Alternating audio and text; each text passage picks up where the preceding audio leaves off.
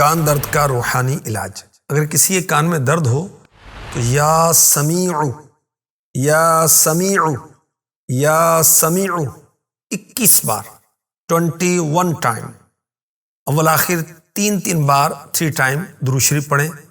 مریض کے دونوں کانوں میں پھونک ماریں، انشاءاللہ الکریم کان کے درد سے چھٹکارا ملے گا۔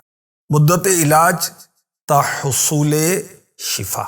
چھینک آتی ہے، جب چھینک آئے تو ہم اللہ کی حمد کریں۔ کس طرح کہیں؟ الحمدللہ۔ اور اگر یہ کہیں الحمدللہ رب العالمین اور بھی بہتر ہے، اس سے بھی بہتر ہے کہ ہم کہیں الحمدللہ رب العالمین علی کل حال۔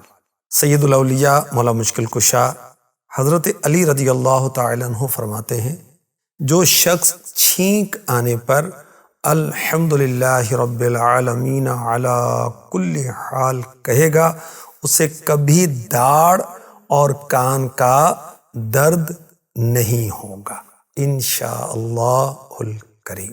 صلو علی الحبیب صلی اللہ تعالی علی محمد۔